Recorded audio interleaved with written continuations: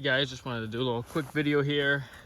Just moving the finishing herd, feeding them this afternoon. It's about 90, maybe 92 or something today. Just wanted to show how much trample we're getting.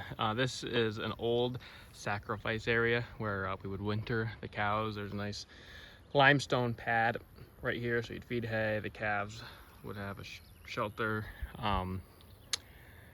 So it was always dirt forever. In the summertime, it'd be full of weeds. So I quit using it as a sacrifice area a few years ago, seeded it down to some clover and K31 fescue. And it is by far the best area on the farm as far as growing forage. And all the forage in here is basically gone by. I'm not making them be picky at all. They're very selective. So I wanted to show the mat of grass that's here that they just trample down to even get to the soil. There's 3 inches of just pure grass. And look at of course you probably can't see, nor would you know, but it's been 90 the past couple days and it's just very, very dry. I can probably go up in the pasture just to get you some context, and like look at how moist this is. There's like literally there's earthworms like right here on the surface, and this is on top of a rock too and it's wet, which is even kind of more crazy. Maybe that's just an outlier. We'll go over here. Still very damp, and there's good soil moisture. Not as wet as that rock, so that was clearly just an outlier, but there's still soil moisture. It's not, there's no dust. But regardless, there is a lot of biomass here just covering the soil.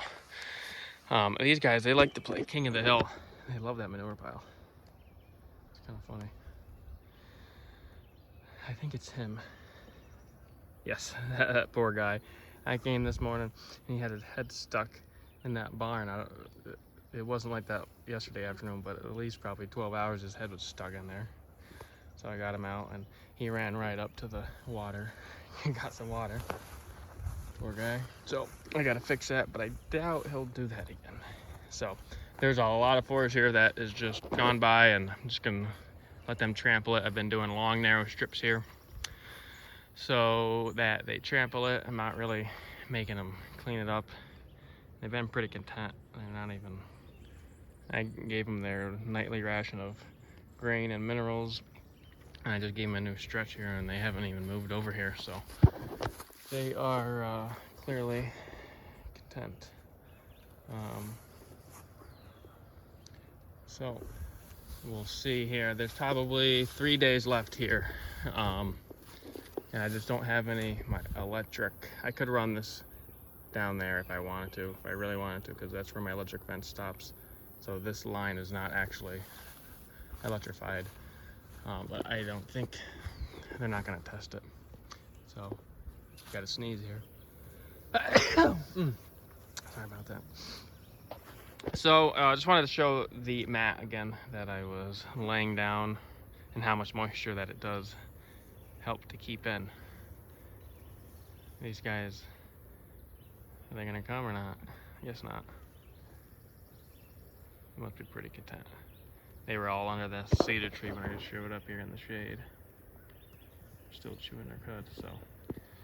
All right, I will, maybe when I'm up moving the cow herd, I'll just show you the soil conditions up there and how there's really not a lot of biomass for them to trample.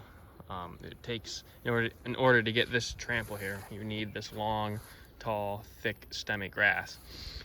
Once it's back in a vegetative state, it's more, they're going to utilize more, and it's going to be very, very hard to get a good trample unless you do very, very tiny paddocks, which I am not going to do. So here they come. Come eat some grass, boys. All right, so I will probably continue on when I get up to the cow herd. All right, guys, just moved the cow herd up for their nightly move. I did 3 moves today. Just to get them out at noontime.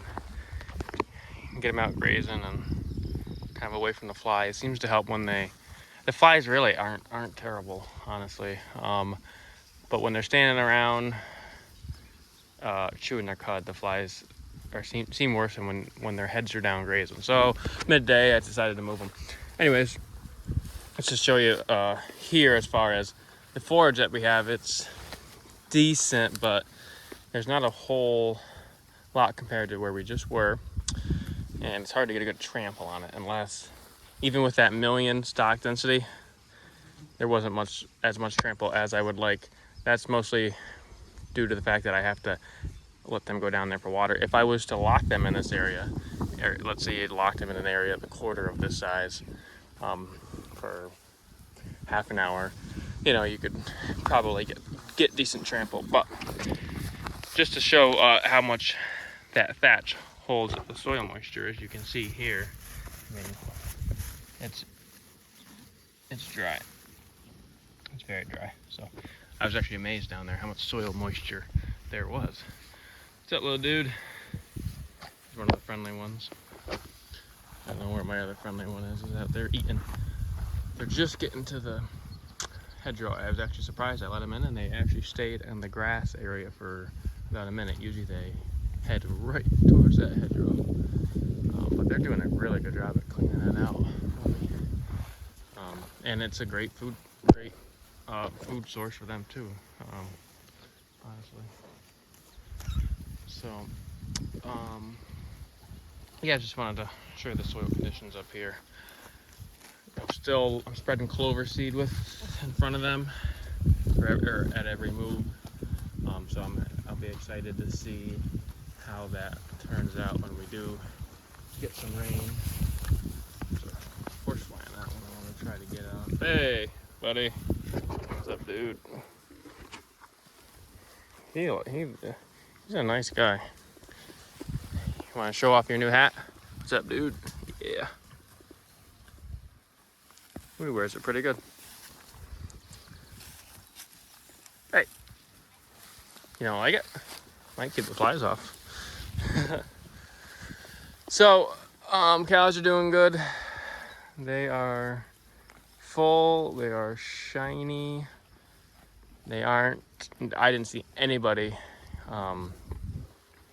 that was heat stressed. I had one calf, the other calf that I have that has a white face, he just had some elevated breathing when I showed up because he was just laying out. But I mean, nobody, even the black ones. I mean, it's like I said, they're pretty adapted, and it's only been 90.